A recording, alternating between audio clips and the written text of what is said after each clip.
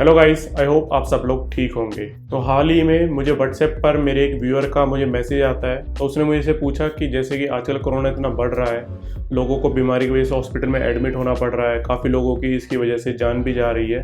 तो भगवान ना करे उसके साथ ऐसा कुछ हो, बट फिर भी अगर कोरोना हो गया और ना चाहते हुए भी अगर उसको फ्यूचर में कुछ हो जाता है, तो उसके जाने के बाद उसकी फैमिली को किस किस टाइप की प्रॉब्लम्स फेस करनी पड़ेंगी और कैसे वो उन प्रॉब्लम्स के लिए आज ही को सोल्यूशन निकाल सकता है, जिससे कि उसके जाने के बाद उसकी फैमिली को कोई प्रॉब्लम फेस ना करनी पड़े फाइनेंशियली। तो मैंने उसको बताया कि क्या उसके पास मेडिकल इंश्योरेंस है, क्या उसने लाइफ इंश्योरेंस लिया हुआ है।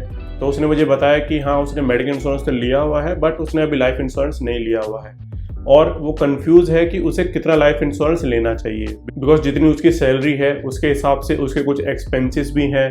उसने होम लोन, पर्सनल लोन भी लिया हुआ है एंड उसके अलावा कुछ उसके फ्यूचर गोल्स भी हैं जिनके लिए वो पैसा जमा करना चाहता है। एंड उसने कुछ इन्वेस्टमेंट भी की हुई है म्यूचुअल फंड, शेयर मार्केट के अंदर भी। तो उसने मेरे से पूछा कि क्या कोई ऐसा कैलकुलेटर है जहां मैं अपनी सारी इन वैल्यूज़ को, जैसे कि मेरी इनकम कितनी है, मेरे एक्सपेंसेस कितने हैं, मैंने लोन कितना लिया हुआ है, क्या मेरे फ्यूचर गोल्स हैं, कितना मैंने इन्वेस्टमेंट ऑलरेडी किया हुआ है, इन सभी वैल्यूज़ को वो वहाँ पर डाले और कब वो रिटायर होना चाहता है वो वहाँ पर उसको डाले और उसके सामने एक नंबर निकल कर आए, तो उस नंबर का यूज़ करके वो प्लान कर सके कि मिनिमम उसको कितने इंश्योरेंस कवर की जरूरत पड़ने वाली है। तो मेरे पास एक कैलकुलेटर था जो कि मैं यूज़ करता हूँ अपने क्लाइंट्स को उनका टर्म इंश्योरेंस प्लान करने के लिए। तो मैंने उनके साथ भी वही सेम कैलकुलेटर शेयर किया और अब उनको पता है कि उनको कितना लाइफ इंश्योरेंस लेना है। तो आज की इस वीडियो में मैं वही सेम कैलकुलेटर आपके साथ भी शेयर करने वाला हूं और मैं आपको समझाऊंगा कि कैसे आपको उस कैलकुलेटर का यूज़ करना है। अगर अभी तक आपने टर्म इंश्योरेंस नहीं लिया हुआ है तो आप उस कैलकुलेटर का यूज़ करके अपने लिए एक इंश्योरेंस प्लान कर सकते हैं। एंड आई होप कि इस कैलकुलेटर का यूज़ करके आपके वो सभी कंफ्यूजन दूर हो जाएंगे। जैसे कि लोग आपको बताते हैं कि अगर आपकी इनकम इतनी है तो आप इतने टर्म इंश्योरेंस ले लीजिए, या फिर आपके एक्सपेंस इतने हैं तो आप इतना टर्म इंश्योरेंस ले लीजिए, और आप कहीं ना कहीं कंफ्यूज रहते हैं कैलकुलेशन में। तो इस कैलकुलेटर का यूज़ करके आपकी वो सभी कंफ्यूजन दूर होने वाली है।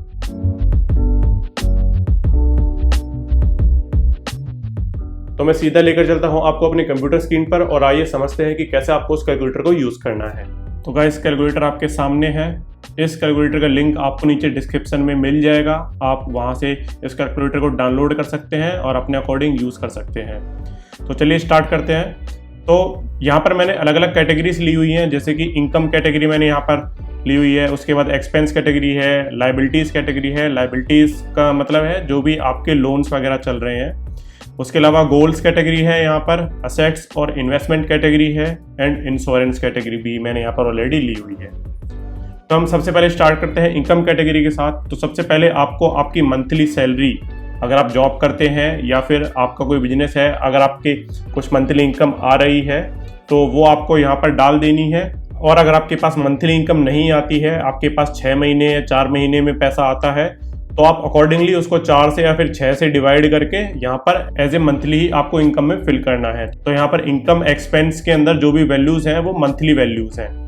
तो सबसे पहले हम सैलरी के साथ स्टार्ट करते हैं। तो मैं एक एवरेज मिडिल क्लास पर्सन का एग्जांपल यहाँ पर लेकर चल रहा हूँ। मान लीजिए कि उसकी सैलरी है 50,000 रुपये एंड उसका एक एग्रीकल्चर इनकम भी जनरेट होती है, उसके गांव से, उसके जो वहाँ पर ज़मीन है वहाँ से भी उसके कुछ पैसे मंथली आ जाते हैं। तो मैं अभी के लिए मानकर चल रहा हूँ कि वो 5,000 रुपये आते हैं। उसके अलावा अगर आपकी कोई और मंथली इनकम है तो वो यहाँ पर आप डाल सकते हैं।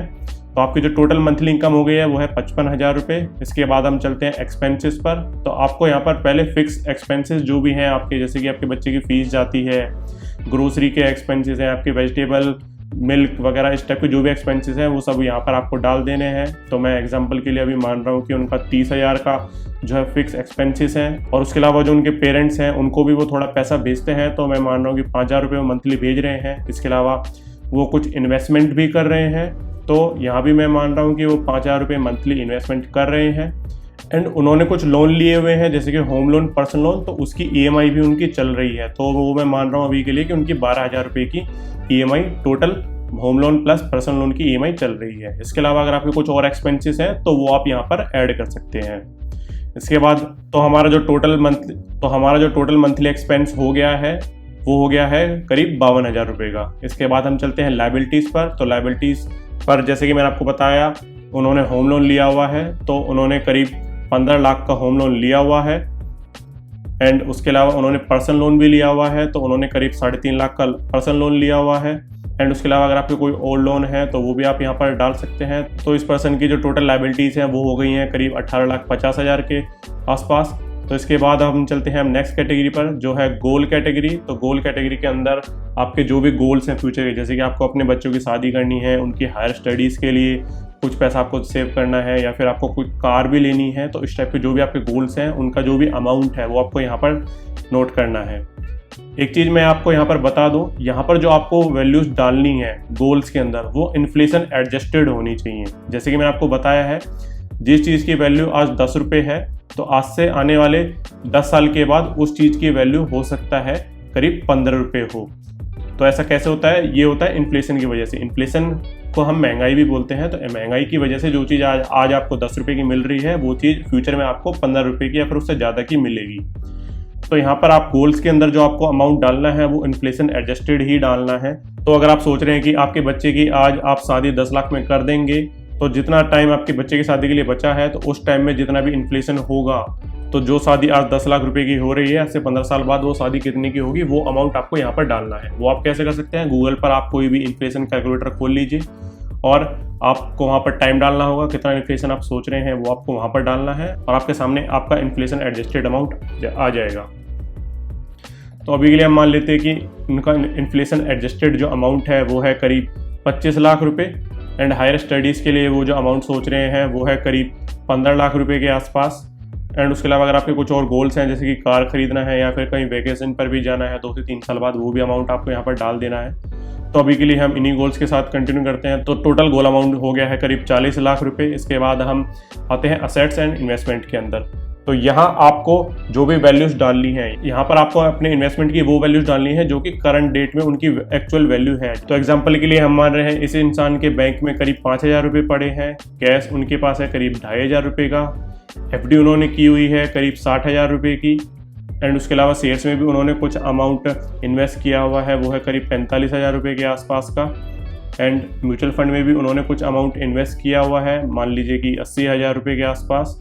एंड उसके अलावा अगर आपकी कुछ और इन्वेस्टमेंट हैं तो वो भी आप यहाँ पर डाल सकते हैं। तो इस इंसान की जो इन्वेस्टमेंट है वो है करीब 1,92,500 रुपये। तो उसके बाद हम चलते हैं नेक्स्ट कैटेगरी पर। तो ये है इंश्योरेंस कैटेगरी। तो अगर आपने ऑलरेडी कोई लाइफ इंश्योरेंस लिया हुआ है तो उस लाइफ इंश्योरेंस का सम एश्योर्ड जो भी है वो आपको यहाँ पर डाल देना है। अगर आपने नहीं लिया हुआ है तो इसको आप स्किप भी कर सकते हैं। तो अभी के लिए मैं मान रहा हूँ कि इस इंसान ने कोई भी लाइफ इंश्योरेंस नहीं लिया हुआ है। तो इसके बाद हम चलते हैं अपनी नेक्स्ट इन्फॉर्मेशन की तरफ। तो आप यहाँ देख सकते हैं आपका जो करंट मंथली एक्सपेंस है वो है करीब 52,000 रुपये का, जैसे कि आपने डिटेल फिल की है। इन्फ्लेशन यहाँ पर आपको फिल करना है कि कितना इन्फ्लेशन, आप कितनी महंगाई आप सोच रहे हैं कि आगे आने वाले सालों में बढ़ने वाली है। तो एग्जांपल के लिए मैंने अभी 5% माना हुआ है। तो अगर आप पुराना डेटा निकाल कर देखेंगे तो करीब 5 से 7% के बीच का इन्फ्लेशन चल रहा है। एंड आपकी करंट एज कितनी है? तो एग्जांपल के लिए मैंने करंट एज 25 ईयर्स मानी हुई है। एंड आप रिटायरमेंट एज क्या सोच रहे हैं? तो रिटायरमेंट एज मैंने अभी के लिए 60 साल मानी हुई है। तो जिस एज में आप रिटायर होना चाहते हैं वो एज आपको यहाँ पर फिल करनी है। तो इसके अकॉर्डिंग आपके कितने ईयर अभी बचते हैं? तो वो है करीब 35 ईयर्स। तो आप नीचे देख सकते हैं कि फ्यूचर में जब आप रिटायर होंगे तो आपको करीब 6,20,17,372 रुपये की जरूरत पड़ने वाली है। ये नंबर कहाँ से निकल कर आया? ये नंबर निकल कर आया है आपके एक्सपेंसेस के अकॉर्डिंग, आपके लायबिलिटीज़ के अकॉर्डिंग, एंड जो भी आपके गोल्स हैं जिसके लिए आप पैसा सेव करना चाहते हैं। तो फ्यूचर में आपको इतने अमाउंट की ज़रूरत पड़ने वाली है। तो इस अमाउंट से आपको एक क्लियर आइडिया मिल गया है कि भगवान ना चाहे अगर आपको कुछ हो जाता है ऐसा, तो फ्यूचर में आपकी फैमिली को आपके इन सभी गोल्स को पूरा करने में, आपके जो भी लायबिलिटीज़ हैं उनको पूरा करने में, और उसके अलावा जो करंट एक्सपेंसेस आपकी फैमिली के हैं वो एक्सपेंसेस भी सेम चलते रहें तो मिनिमम आपकी फैमिली को इतने पैसे की ज़रूरत पड़ेगी। तो इसके बाद आप नीचे देख सकते हैं कि आपके सामने अमाउंट निकल कर आ गया है कि आपको मिनिमम कितने इंश्योरेंस की ज़रूरत पड़ने वाली है। तो आप देख सकते हैं कि इस इंसान की नीड्स के अकॉर्डिंग इसको करीब 3.5 करोड़ से करीब 4.5 करोड़ तक के आसपास का मिनिमम इंश्योरेंस लेना चाहिए, जिससे कि इसके जाने के बाद इसकी फैमिली को किसी भी तरीके से कोई फाइनेंशियल स्ट्रेस का सामना ना करना पड़े। तो ये जो इंश्योरेंस अमाउंट है ये भी इसके एक्सपेंसेस, इसकी liability, goal amount and investment के अकॉर्डिंग ही सामने निकल कर आया है। तो आप भी इस कैलकुलेटर का सेम इसी तरह यूज़ कर सकते हैं। आपको किन फील्ड्स को चेंज करना है, जैसे कि मैंने आपको अभी बताया, आपको सिर्फ उन वैल्यूज़ को चेंज करना है जो कि इन येलो सेल के अंदर है। एंड उसके अलावा आपको ये जो 3 वैल्यूज है, इन्फ्लेशन, करंट एज और रिटायरमेंट एज, इनको भी चेंज करना है। इसके अकॉर्डिंग आपको फ्यूचर में कितने अमाउंट की ज़रूरत पड़ने वाली है वो आपके सामने निकल कर आ जाएगा, एंड आपको मिनिमम कितना इंश्योरेंस की ज़रूरत है वो भी आपके सामने निकल कर आ जाएगा। आई होप ये कैलकुलेटर आपके सामने एक रियल नंबर निकाल कर लाएगा। आप जब इस कैलकुलेटर का यूज़ करेंगे तो आपके सारी कन्फ्यूज़न आराम से दूर हो जाएंगी। एंड आपको टर्म इंश्योरेंस कैसे परचेज करना है, तो ये अगर अभी भी आपके इस कैलकुलेटर से रिलेटेड कुछ भी क्वेश्चंस हैं तो आप नीचे कमेंट कर सकते हैं। आई होप अब आपके सामने कोई भी कंफ्यूजन नहीं है। अब आप अपनी वैल्यूज को इस कैलकुलेटर में डालकर अपने सामने के रियल नंबर देख सकते हैं कि आपके एक्सपेंसेस और आपके गोल के अकॉर्डिंग आपको फ्यूचर में कितना अमाउंट की जरूरत पड़ने वाली है और मिनिमम कितना आपको लाइफ इंश्योरेंस लेकर रखना चाहिए जिससे कि आपकी फैमिली को कोई प्रॉब्लम ना हो। तो इस तरीके की अगर आप और भी वीडियोस देखना चाहते हैं तो प्लीज़ कमेंट डाउन और आप मुझे व्हाट्सएप कर सकते हैं मेरे इस नंबर पर। अगर आपकी कुछ भी फाइनेंशियल क्वेरीज है या फिर आप मुझसे अपना फाइनेंशियल प्लान बनवाना चाहते हैं तो मैं आपकी पूरी हेल्प करूंगा। एंड अगर आपने अभी तक क्लेरिफाई मनी को सब्सक्राइब नहीं किया है तो please subscribe the Clarify Money and press the bell icon so you can get all the notification of upcoming videos.